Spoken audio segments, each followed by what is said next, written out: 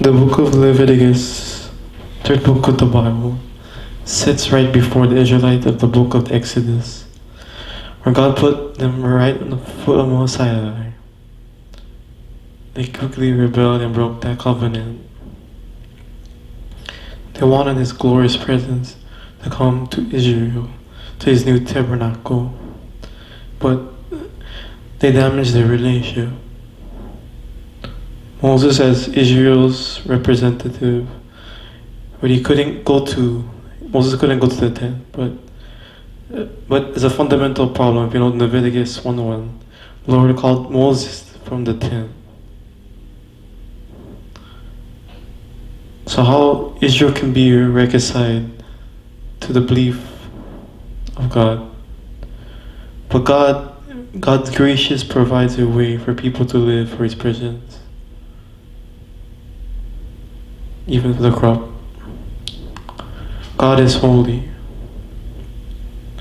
To set apart and be unique. As His unique creator, author of life. All the space of God is also around His holy life, goodness, purity, and justice. Is Israel is unjust and sinful and wants to live in God's holy presence. But two, they need to become holy, and the sin has to be dealt with, as the book of Leviticus, as a symmetrical design, how to live for God's presence.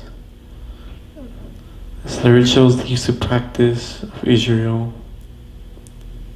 and the role of priests as the mediators, and two matching sections of purity.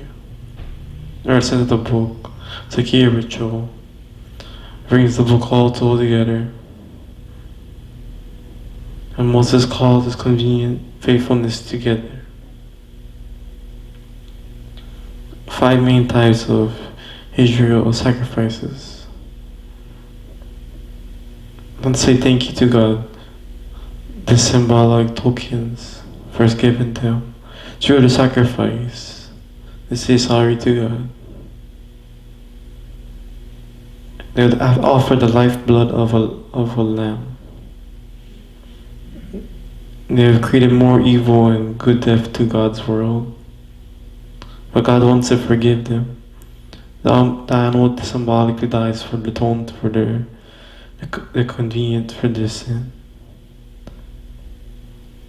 But the sins was completely reminded by God's grace and His consequences. 7 annual feasts told a different part of the story from God's slavery. All they brought to God from the wilderness. And Israel remember who God and who they were. You have Aaron and son of God's presence in this place. And we're watching God with all these qualifications for the priest, the highest level moral ingredients and ritual holiness. Represented the priest, represented God. But why did the priest matter so much of Aaron? Why God and why God's presence? But they're consumed by God's holy on the spot. It's a haunting reminder of a paradox of living in God's holy presence. In pure goodness, it becomes dangerous for those who rebel against God's holiness. And it's important that they should become all holy. That's what it's all about. The ritual of purity. And in chapter 18 to 20 is the moral purity. Impurity and immoral moral language.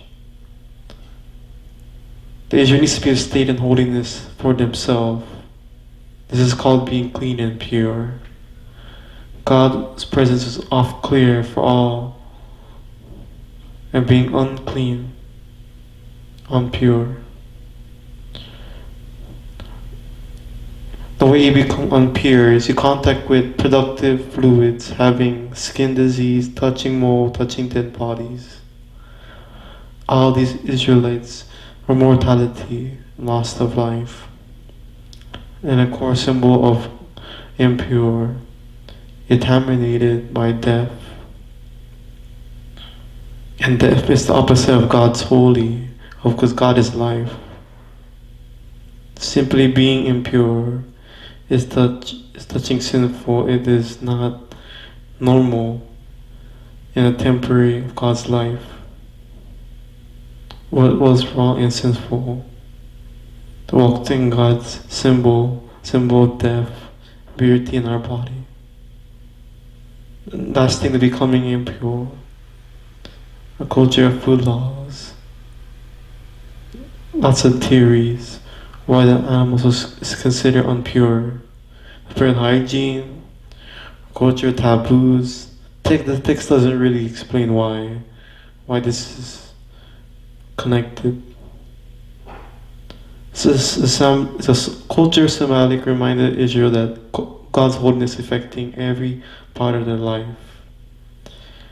In this part, it's all about Israel's called to live differently than Canaanites and care for the poor rather than look over the poor, and have a high level of sexual integrity and social justice. It's God's purity.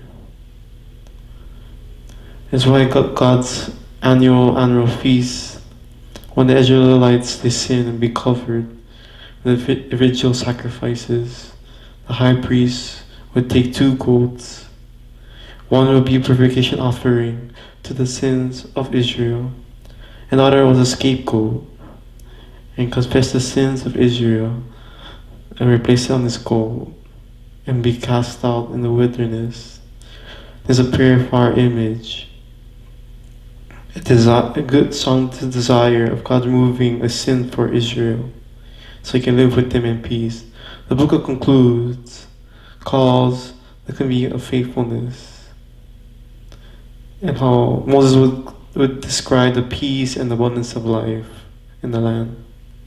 If you're unfaithful and you dishonor God's holiness, there'll be disaster. That's what Moses was telling them, and you'll be disasters from their land.